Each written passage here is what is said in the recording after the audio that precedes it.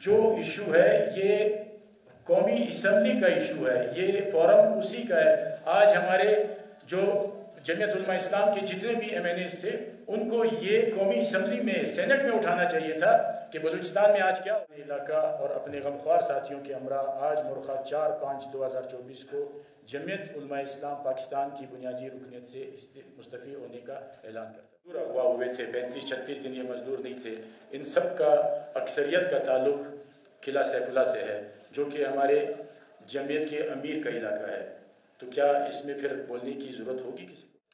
صحافی حضرات، جیسا کہ آپ کے علم میں ہے کہ ہر شخص کسی بھی سیاسی پارٹی کے ساتھ وابستگی اپنے علاقے کے مسائل کو مد نظر رکھتے ہوئے کرتا ہے، لہٰذا ہم نے بھی اپنے عزیز و اقارب کے ساتھ جمعیت علماء اسلام پاکستان میں شمولیت اختیار کی تھی۔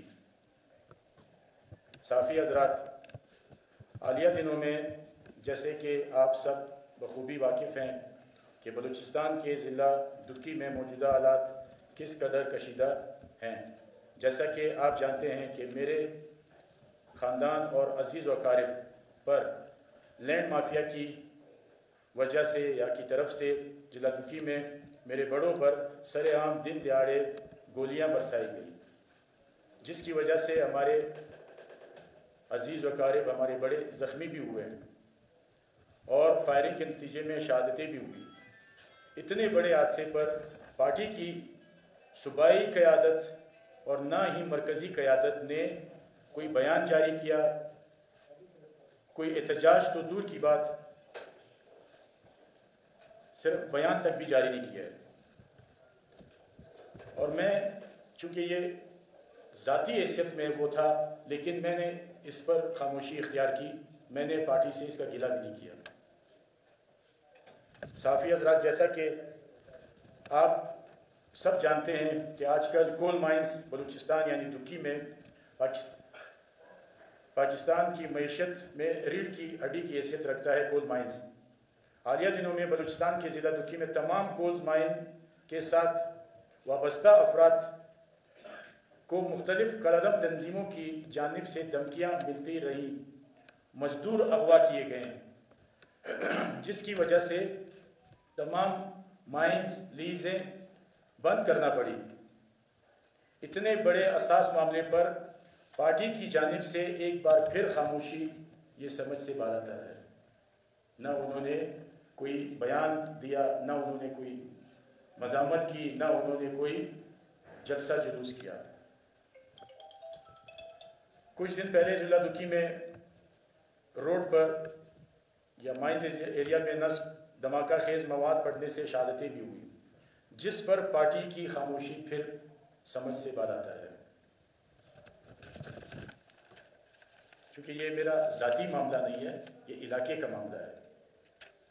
صحافی حضرات، اللہ تعالیٰ کا مجھ پر اور میرے خاندان پر بڑا رحم و کرم ہے کہ بنا کسی اعلیٰ عہدے اور منصب کے ہم نے اپنے علاقے کے عوام کی خدمت کی ہے، جس کا آپ سب گواہ ہیں۔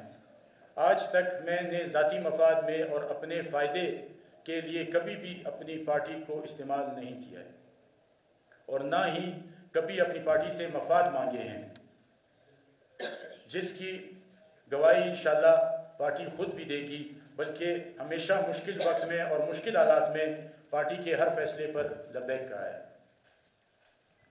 محترم صحافی حضرات، اس لیے میں یا ناصر بمائے اپنے عزیز و اقارب یہاں آپ کے سامنے سارے ہیں، نام لوں گا تو بہت زیادہ وہ ہوگا، اہلیان علاقہ اور اپنے غمخوار ساتھیوں کے ہمراہ آج مرخہ 4/5/2024 کو جمعیت علماء اسلام پاکستان کی بنیادی رکنیت سے مستعفی ہونے کا اعلان کرتا ہوں، اور اہل علاقہ عزیز و اقارب کے ساتھ باہمی مشاورت اور علاقے کے مفاد کو مد نظر رکھتے ہوئے آئندہ کا عمل اختیار کریں گے۔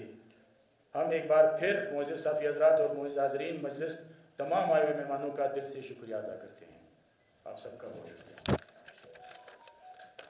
بتاؤں کہ ابھی جو یہ مزدور اغوا ہوئے تھے، 35-36 دن یہ مزدور نہیں تھے، ان سب کا اکثریت کا تعلق قلعہ سیف اللہ سے ہے جو کہ ہمارے جمعیت کے امیر کا علاقہ ہے، تو کیا اس میں پھر بولنے کی ضرورت ہوگی کسی کو؟